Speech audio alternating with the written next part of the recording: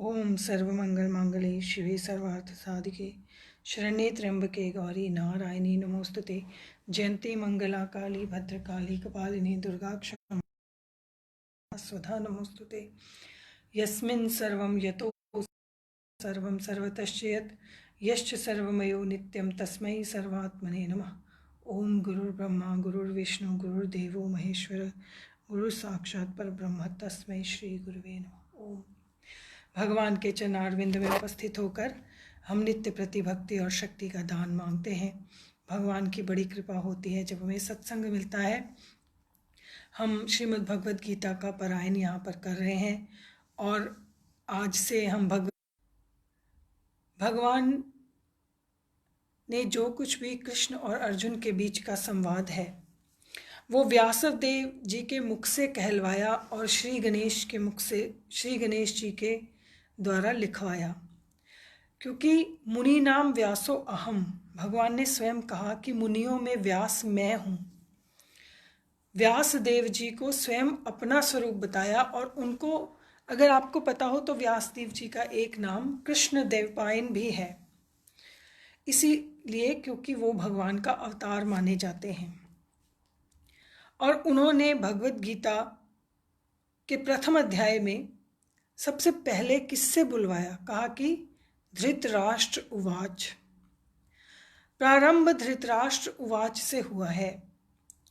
धृतराष्ट्र ने कहा, किससे कहा? संजय से। और अंतिम श्लोक भी किसने बोला है? कहा संजय उवाच।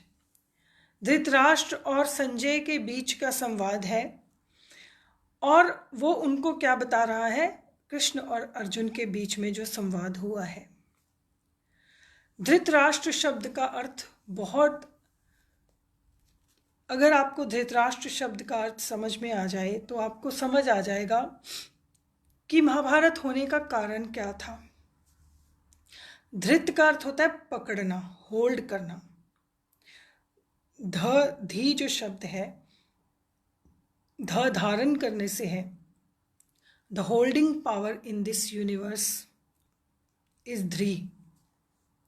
धृत, धी, धृति, धारणा, ये शब्द इस धारण करने वाले शब्द से बने हैं, जिसका अर्थ होता है कि वो यूनिवर्सल पावर जो होल्ड करती है।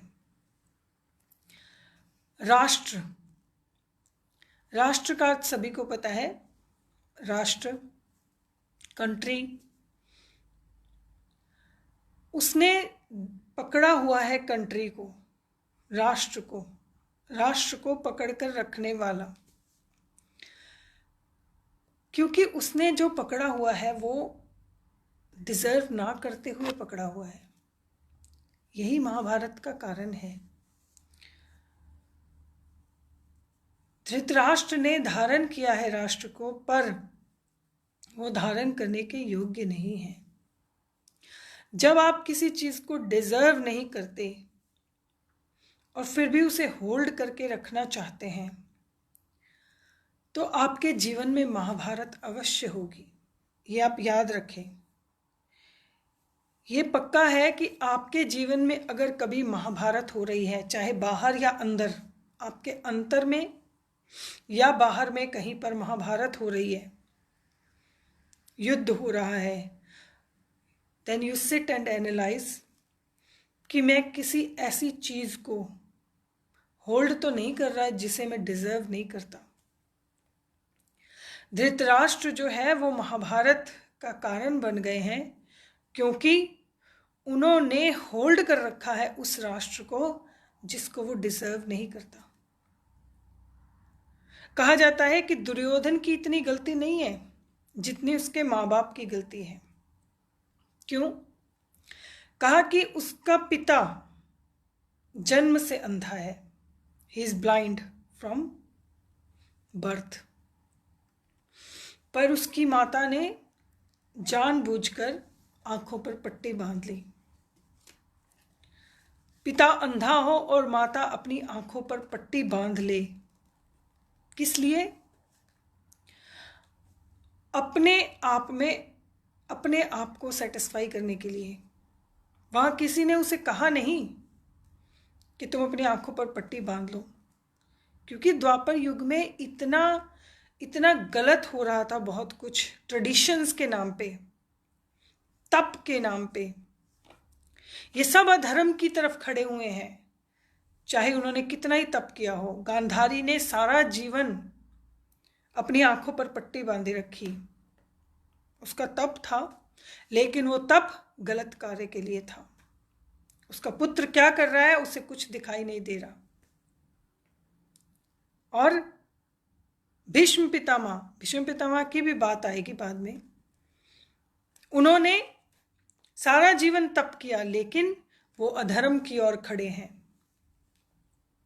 इसलिए भगवान इन सब ट्रेडिशंस को, इन पुरानी जो चलती आ रही प्रथाएं हैं, इनको तोड़ना चाहते हैं, इनको नष्ट करना चाहते हैं।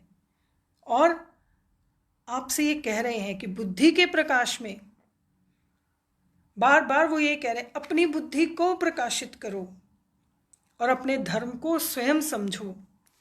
किसी काम को इसलिए नहीं करो क्योंकि सारी दुनिया कर रही है, क्योंकि बहुत बड़े बड़े लोग कर रहे हैं। हमेशा हमारे गुरुदेव एक बात कहते थे, कोई काम इसलिए मत करो कि तुम्हें किसी बहुत बड़े व्यक्ति ने कहा है, और कोई काम को इसलिए मत छोड़ो कि तुम्हें कोई बहुत बड़ा व्यक्ति कह रहा है छोड़ने के लिए।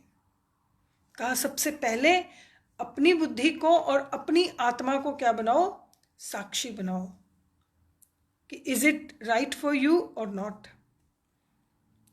इसलिए धृतराष्ट्र जो है वो महाभारत में सबसे बड़ा कारण है, क्योंकि वो जन्म से अंधा है और उसकी पत्नी ने अपनी आंखों पर पट्टी बांध रखी है।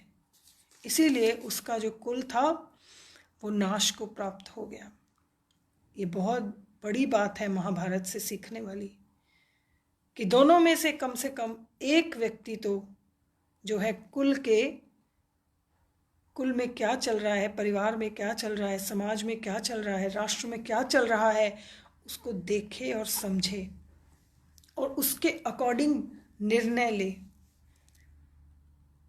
तो धृतराष्ट्र ने पूछा, क्या पूछा संजय से, धर्म क्षेत्रे कुरुक्षेत्रे समवेतायुयुत्सवः मामकाः पांडवाश्चैव किम अकुर्वत संजय। कि हे संजय, धर्म क्षेत्रे कुरुक्षेत्रे, कुरुक्षेत्र को धर्म क्षेत्र कहा क्योंकि उसमें धर्म युद्ध हो रहा है, इसीलिए वो कुरुक्षेत्र क्या है, धर्म क्षेत्र है। और सबसे बहुत पहले ही मैंने आपको बताया था कि रीजन क्या है, पहले श्लोक में भगवान ने बता रहे हैं, भगवान वेदव्यास क्या कह रहे हैं, मामका पांडवाश्चैव। जहां लाइन खींच दी ना बीच में धृतराष्ट्र ने, मेरे पुत्र और पांडु के पुत्र क्या कर रहे हैं, किम अकुर्वत, वो क्या कर रहे हैं, युद्ध की इच्छा से आए हुए, क्योंकि समवेतायुयुत्सव, यहाँ सब युद्ध की इच्छा से समवेता इकट्ठे हुए हैं। समवेता का अर्थ होता है टुगेदर, इकट्ठे हुए हैं। और सबसे बड़ी बात कि ये जो धर्म भूमि है जिस पर धर्म युद्ध होने जा रहा है, तो अगर वो धर्म क्षेत्र को जानता है, ये वर्डिंग धृतराष्ट्र की है, it means he understand what is धर्म, कि धर्म क्षेत्र क्या है और कुरुक्षेत्र को धर्म क्षेत्र क्यों कहा है। और युद्ध की इच्छा से मेरे और पांडु के पुत्र आए हैं, उन्होंने क्या किया, किम कुर्वत, किम मैंने क्या, कुर्वत किया। अगर वो ये बात जानता है कि ये धर्म क्षेत्र है, तो क्या वो ये मन में नहीं जानता कि मैं अधर्म की ओर खड़ा हूं। तो भगवान बार बार यही कहते हैं कि जो अधर्म करने वाला होता है उसको पता होता है कि मैं अधर्म कर रहा हूं, उसको पता है मैं अधर्म कर रहा हूं। क्योंकि भगवान जब शांति दूत बनकर गए, उसके बाद विदुर जी ने भी समझाया, भीष्म पितामह ने समझाया, सबने समझाया कि तुम ये युद्ध मत करो। स्वयं व्यासदेव जी ने जाकर कहा कि तुम ये युद्ध मत करो, क्योंकि एटलीस्ट 66 करोड़ लोग उसमें मारे जाएंगे, और मारे गए, उससे ज़्यादा मारे गए। 66 करोड़ लोगों का एक युद्ध में मारे जाना बहुत बड़ा नंबर है, और आप उसका कारण बन रहे हैं, धृतराष्ट्र से कहा गया।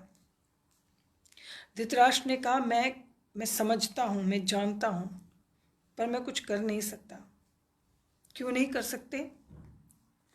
क्योंकि ये जो उसके मन में एक छोटी सी लालसा बनी हुई थी ना, कि भगवान कृष्ण तो युद्ध कर ही नहीं रहे हैं, वो तो सिर्फ सारथी बने हैं। जिस दिन उसे पता लगा था कि भगवान कृष्ण ने कहा है, मैं इस युद्ध में हथियार नहीं उठाऊंगा, मैं कोई शस्त्र नहीं उठाऊंगा, कोई वेपन यूज नहीं करूंगा, मैं केवल सारथी बनूंगा, उस समय उसको 1% चांस हो गया था कि शायद हम युद्ध को जीत जाए। देखिए कि कितनी बड़ी विडंबना कहते हैं इसे संस्कृत में और हिंदी में। इतने लोगों का जीवन उसने अपने 1% चांस पर लगा दिया। वो जानता था कि मैं धर्म की तरफ खड़ा हूं और युधिष्ठिर धर्म की ओर है, और हम ये युद्ध हार सकते हैं, और ये धर्म के लिए युद्ध हो रहा है, और धर्म की तरफ मैं नहीं हूं, और भगवान जो है वो धर्म को जितलाएंगे। वो इन सब बातों को जानता था, परंतु उसके मन में ये जो था ना, माम का पांडवाश्चैव, मेरे पुत्र या पांडु के पुत्र, उसको था कि मैंने तो ना डिजर्व करते हुए इस राज्य को चलाया, पर मैं चाहता हूं मेरे पुत्र जो हैं वो उसे डिजर्व करें और चलाएं। कितनी इच्छा जो है वो प्रबल है, कितनी प्रबल इच्छा है। कई बार महाभारत पढ़ के इतना दुख लगता है मन को कि स्वयं परमात्मा किसी को नहीं समझा पाए। आप किसी को क्या समझाओगे? स्वयं भगवान उस काल स्वरूप युद्ध को नहीं रोक पाए, नहीं रोक पाते। आप जीवन में किसी को कितनी भी शिक्षा दो, कितनी भी अध्यात्म शिक्षा दो, आप उसका भाग्य नहीं बदल सकते। जो उसने कर्म किए हैं, जो उसकी सोच है, उसको आप नहीं बदल सकते। कब तक? जब तक वो स्वयं उसे बदलना ना चाहे। कुछ भी कर लो, आप नहीं बदल सकते। इसलिए धृतराष्ट्र को बार बार सबने समझाया, पर उसके मन में से ये जानते हुए भी कि वो युद्ध नहीं जीत सकता, फिर भी माम का पांडवाश्चैव, मेरे और पांडु के पुत्र, ये उसके मन से नहीं गया। जबकि वो राजा था और चक्रवर्ती राजा था, उसके लिए सारी प्रजा उसके पुत्र के समान थी, फिर भी वो अपने मन से ये द्वेष न निकाल पाया। ये भेद बुद्धि जो है, ये जो डिवाइडिंग लाइन है, ये आपके जीवन को घोर अंधकार में ले जाती है, घोर अंधकार में। जब भी आप कोई डिसीजन लेने लगें, कोई भी निर्णय करने लगें, सबसे पहले अपने आप को न्यूट्रल करके देखें। अगर आप समाज के लिए काम कर रहे हैं, परिवार के लिए कर रहे हैं, इवन उसने अपने बच्चों के बारे में सोचा तो अपने बच्चों का भला थोड़ा किया। देखा जाए सब के सब मारे गए, कोई भला नहीं किया किसी का भी। तो और वो चाहता तो सबका भला करना था, और अंत में नहीं हो पाया, क्योंकि भेद बुद्धि जो है वो आपको कभी भी सही निर्णय नहीं दे सकती। जब भी कभी किसी भी तरह का निर्णय करना हो तो सबसे पहले अपने आप को न्यूट्रल करो। अगर आप अपने आप को न्यूट्रल नहीं कर सकते, देन डोंट डिसाइड। नहीं तो स्थिति क्या हो जाती है, धृतराष्ट्र जैसी। धृतराष्ट्र ने पूछा तो संजय ने कहा, संजय उवाच। संजय का अर्थ क्या होता है? सम्मत प्रकारेण जयति इति संजय, जो सब प्रकार से जय को प्राप्त होता है, विक्ट्री को प्राप्त होता है, अंतर से भी बाहर से भी, जिसने सबको जीत लिया है, सब प्रकार से सबको जीत लिया, अपने अंदर के शत्रुओं को भी जीत लिया, अपने बाहर के शत्रुओं को भी जिसने जीत लिया, और जो सब ओर से बैलेंस है उसे संजय कहते हैं। और ये जो संजय है ये बहुत बड़ा क्या है, साइकोलॉजिस्ट, और बहुत ज़्यादा बुद्धिमान होने के कारण व्यासदेव जी ने इन्हें दिव्य दृष्टि दी और कहा कि तुम यहाँ बैठे बैठे सारा लाइव शो देख सकते हो कुरुक्षेत्र का। आज से 50 साल पहले लोग इसे सपोज करना मुश्किल लगता था, सोचना भी मुश्किल लगता था कि कैसे संजय ने बैठ के देख लिया होगा। और आज हम सारी दुनिया जानते हैं कि लाइव आप कहीं भी बैठे हुए कुछ भी देख सकते हैं। इसलिए समय के लिए कुछ भी इम्पॉसिबल नहीं है, समय कुछ भी करवा सकता है, बिकॉज इम्पॉसिबल जैसी कोई वस्तु ही नहीं है, मैं तो ये मानती हूँ। संजय ने क्या कहा, अब आप बहुत ध्यान से, संजय ने जिस तरह से चित्रण किया है ना, उसको एक्सप्लेन किया है, इट्स रियली अप्रिशिएबल। कि always I feel very good कि जब संजय बताते हैं, संजय ने सीधा ही कहा, किसी और की तरफ नहीं देखा। संजय जानता है कि मैं किससे बात कर रहा हूँ, धृतराष्ट्र से, और धृतराष्ट्र का मन, बुद्धि, आत्मा, चित्त किस में फंसा हुआ है, दुर्योधन में। तो स्ट्रेट अवे उन्होंने दुर्योधन की ओर देखा, किसी और के बारे में नहीं बताया, दुर्योधन के बारे में स्टार्ट किया। दृष्ट्वा तु पांडवानीकम व्यूढ़म दुर्योधनस्तदा आचार्यम उपसंगम्य राजा वचनम अब्रवीत। कहा कि दुर्योधन, उस समय जो दुर्योधन है उसको बहुत क्या है, अहंकार है। किस चीज का, कि मेरे पास भीष्म पितामह है, मेरे पास गुरु द्रोणाचार्य हैं, क्योंकि ये जो 5 लोग हैं युद्ध करने वाले, इनका तो गुरु मेरे साथ है। और भीष्म पितामह की सबसे बड़ी क्वालिटी क्या थी, कि इच्छा मृत्यु का वरदान है, वो नहीं चाहेंगे तो वो मृत्यु को प्राप्त नहीं होंगे, उनको कोई हरा नहीं सकता, इसलिए उसको अहंकार है। और धृतराष्ट्र यहाँ मोह का स्वरूप है और दुर्योधन अहंकार का स्वरूप है। और उसी अहंकार के कारण वो क्या करता है, पांडवानीकम व्यूढ़म, व्यूढ़म कहते हैं व्यूह को, संरचना को। किसी भी वॉर में जो एक स्ट्रक्चर होता है सोल्जर्स का, उसे व्यूढ़म कहते हैं। द स्ट्रक्चर, क्योंकि महाभारत में बहुत तरह के युद्ध के स्ट्रक्चर बताए गए कि सोल्जर्स, कुछ सोल्जर्स ईगल शेप में खड़े होते हैं, कुछ जो सोल्जर्स हैं आजकल हमारी विदेशों में, देशों में, सब जगह जो आर्मीज हैं वो महाभारत के कुछ चैप्टर्स को, सोल्जर्स को जो स्ट्रेटजी बनाते हैं उनको पढ़ाती भी है, लिटरली पढ़ाती है। And I have seen that's why I am explaining कि सोल्जर्स को महाभारत की स्ट्रेटजी पढ़ाई जाती है आजकल भी, क्योंकि उनका अपना एक संरचना होती है, एक स्ट्रक्चर होता है कि how they have to attack, उसको व्यूढ़म कहते हैं, व्यूह कहते हैं। किस प्रकार से वो रचना बनाई जाती है, जैसे चक्रव्यूह सबने सुना है। चक्रव्यूह का अर्थ था एक ऐसा संरचना जिसका जो शेप था वो चक्र की तरह है।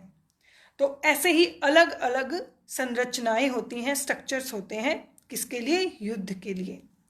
तो दुर्योधन ने क्या देखा, दृष्ट्वा दुर्योधन क्या, पांडवानीकम व्यूढ़म, पांडवों की व्यूह रचना। तदा, उसके बाद उसने क्या किया, आचार्यम, अपने आचार्य के पास, आचार्य कौन है, गुरु द्रोणाचार्य, क्योंकि सभी के आचार्य वही हैं, सभी पांडु और धृतराष्ट्र के, पांडवों कौरवों के आचार्य गुरु द्रोणाचार्य हैं, इसीलिए आचार्यम उपसंगम्य, उनके पास गया, संगम में पास, उप में भी पास गया।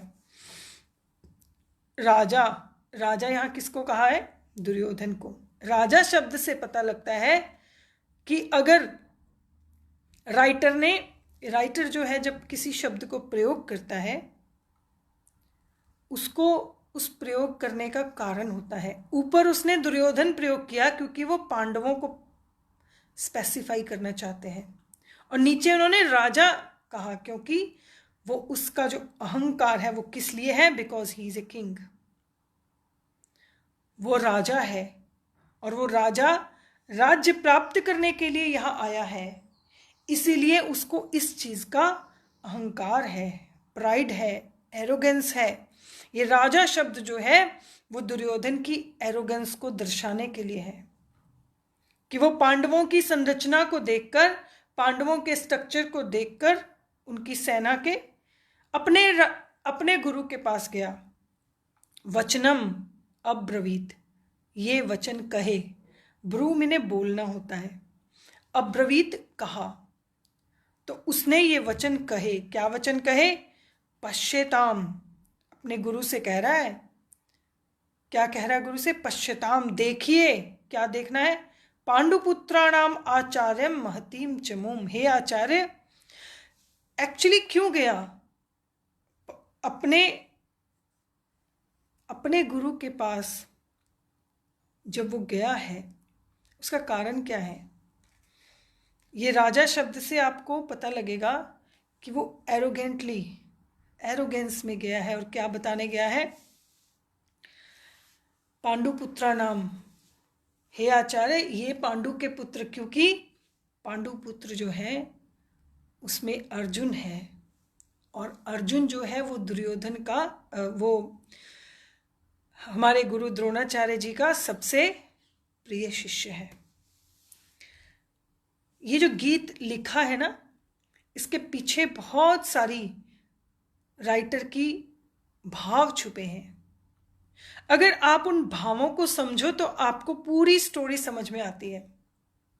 शब्द में भाव समझना नहीं पड़ता, ढूंढना पड़ता है, क्योंकि कोई एक शब्द होता है जब वो आपको उस शब्द का भाव समझाता है। तो पिछला शब्द जो राजा है वो आपको गुरु द्रोणाचार्य जी के पास क्यों गया उसका भाव समझाएगा। भीष्म पितामह के पास क्यों नहीं गए? गुरु द्रोणाचार्य जी के पास गया, इसलिए गया क्योंकि वो कह रहा है देखो पांडुपुत्रा नाम, ये जो पांडु के पुत्र हैं आचार्य, उनको आप देखो, महतिम चमूम, कि इन्होंने क्या बनाया है, बहुत बड़ी सेना बनाई है, सेना का व्यूह बनाया है। और व्यूह आ गया ना, व्यूढ़ाम, ये व्यूढ़ाम बहुत बड़ा व्यू बनाया है, आप अपने पांडु पुत्रों को देखो। इट्स लाइक ही इज टीजिंग कि वो आपके शिष्य हैं, लेकिन यहां शिष्य नहीं प्रयोग किया, पांडुपुत्रा नाम। और अब आगे उनके शिष्य के बारे में बात करेगा। ध्रुपदपुत्रेण तव शिष्येन। अब इस तव शिष्येन शब्द से पता लगता है अर्जुन का भाव क्या है। अर्जुन का भाव क्या है? कितना सुंदर संरचना की है, पर वो है तो आखिर आपका शिष्य ना, गुरु तो मेरे। यहाँ दुर्योधन, और अभी जब अर्जुन आएगा और दुर्योधन, इसीलिए दुर्योधन ने जो कुछ किया वो संजय ने पहले बताया, फिर जो कुछ अर्जुन ने किया वो बाद में बताया, क्योंकि संजय धृतराष्ट्र को क्लियर करना चाहते हैं कि ये जो महाभारत के युद्ध में धर्म और अधर्म आमने सामने खड़े हैं, धर्म और अधर्म में अंतर क्या है। ये पूरे चैप्टर में आप लिखने वाले का और कहने वाले का भाव समझिए कि धर्म और अधर्म में अंतर समझ में आएगा आपको। अधर्म का रूप दुर्योधन बोल रहा है, और क्या बोल रहा है?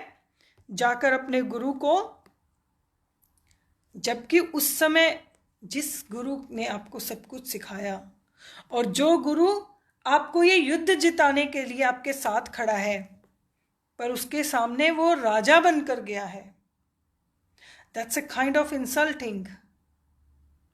गुरु को क्या कह रहा है कि आपका जो शिष्य है द्रुपद पुत्र, द्रुपद का पुत्र था धृष्टद्युम्न, जो द्रौपदी का भाई भी था, वो गुरु द्रोणाचार्य का शिष्य था, पर उनकी जो बैकग्राउंड है वो बिटर है। अगर आपने महाभारत की स्टोरी पढ़ी है या सुनी है या देखी है सीरियल में, तो आपको पता होगा कि धृष्टद्युम्न जो है वो द्रोणाचार्य का शिष्य होने के बावजूद, द्रुपद क्यों कहा, धृष्टद्युम्न क्यों नहीं कहा, क्योंकि द्रुपद के साथ द्रोणाचार्य जी पहले मित्र थे और बाद में शत्रु बन गए। तो याद दिला रहा है कि ये मत सोचना कि पांडु पुत्रों से आपका प्रेम है तो आप इनके लिए थोड़ा सा फेवर कर दो। याद रखना कि ये जो व्यूढ़म, ये जो व्यूह रचना किसने की है, आपके ही शिष्य ने, पर वो है कौन, द्रुपद, आपके एनिमी का ही पुत्र है। राजनीति, इसे कहते हैं डर्टी पॉलिटिक्स, राजनीति है और कह रहा है, उनके अंदर जागृत करना चाहता है। क्या जागृत करना चाहता है कि पांडु पुत्रों को देखकर आपका जो मन है वो सॉफ्ट ना हो जाए, मेल्ट ना हो जाए। आप द्रुपद पुत्र को देखो जो आपका शिष्य है, जिसने ये सारा व्यू रचना की है, पर है तो आपका शिष्य ही, आप तो गुरु हैं। He is provoking for battlefield. धीमता का अर्थ होता है बुद्धिमान, बहुत धी, मैंने आपको बताया बुद्धि, जिसकी बहुत बहुत बुद्धिमान है, वो बहुत समझदार है, बहुत इंटेलिजेंट है, बहुत सुंदर व्यूढ़म, बहुत बढ़िया रचना की है, पर द्रुपद पुत्रेन शब्द यूज किया है, द्रुपद पुत्रेन, कि वो आपके शत्रु का पुत्र है। अत्र शूरा महेश्वासा भीमा अर्जुन समायुधि। अब धीरे धीरे एक एक योद्धा के बारे में बता रहे हैं। यहाँ अत्र मिने, यहाँ शूरा बहुत बड़े बड़े शूरवीर हैं, ब्रेव लोग, बड़े बड़े सोल्जर्स इस बैटलफील्ड में आए हैं। और इसी बहाने से व्यासदेव जी ने बड़े बड़े योद्धाओं का क्या किया, नाम भी अंकित कर दिया, हिस्टोरिकली उनका नाम लिख दिया कि ये बड़े बड़े योद्धा उस युद्ध में थे। महेश्वासा, महेश्वासा होता है महा मिने बड़ा, अश्वासा, ईश्वासा का अर्थ होता है जिसके धनुष बाण जिसे कहते हैं, उसको महेश्वासा कहते हैं, जिनके बड़े बड़े धनुष हैं, जिनके पास भीम और अर्जुन, भीम और अर्जुन के समान, समा मिने भीम और अर्जुन नहीं कहा, यहाँ भीम और अर्जुन समा, भीम और अर्जुन के समान युद्धि, योद्धा, युद्ध में भीम और अर्जुन के समान बड़े बड़े शूरवीर, बड़े बड़े धनुष वाले शूरवीर यहाँ आए हैं। युयुद्धानो, इस युद्ध में भाग ले रहे हैं। विराटश्च, विराट, द्रुपदश्च महारथ, राजा द्रुपद और विराट। ये विराट, क्योंकि ये अगर हम फर्स्ट चैप्टर को एक्सप्लेन करना शुरू करें तो भी पूरी महाभारत इसमें आ जाएगी, क्योंकि बड़े बड़े जो योद्धा हैं उन सब की अपनी एक स्टोरी है। तो विराट और द्रुपद और ये सब क्या है, महारथी हैं। तो इन सब महारथियों के बारे में व्यासदेव जी ने डिटेल नहीं बताई, बस पहले चैप्टर में कुछ 10 श्लोक जो हैं वो बड़े बड़े महारथियों के बारे में लिख दिए कि ये लोग युद्ध में आए हैं, थोड़ा सा इंडिकेशन देने के लिए कि ये कुछ योद्धा जो अर्जुन की तरफ है, कुछ योद्धा जो दुर्योधन की तरफ है, उनके बारे में इंडिकेट कर रहे हैं। ये 4 श्लोक भगवद गीता के। इसमें सबसे बड़ी बात यही समझनी है कि जो व्यक्ति किस तरह के शब्द को प्रयोग करता है उससे उसकी इंटेंशन पता लगती है।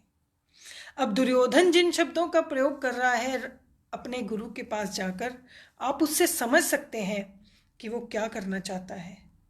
तो इसीलिए व्यासदेव जी ने उसे राजा संबोधित किया कि वो एक तो राज्य की कामना से आया है, दूसरा उसे अपना राजा होने का अभिमान है।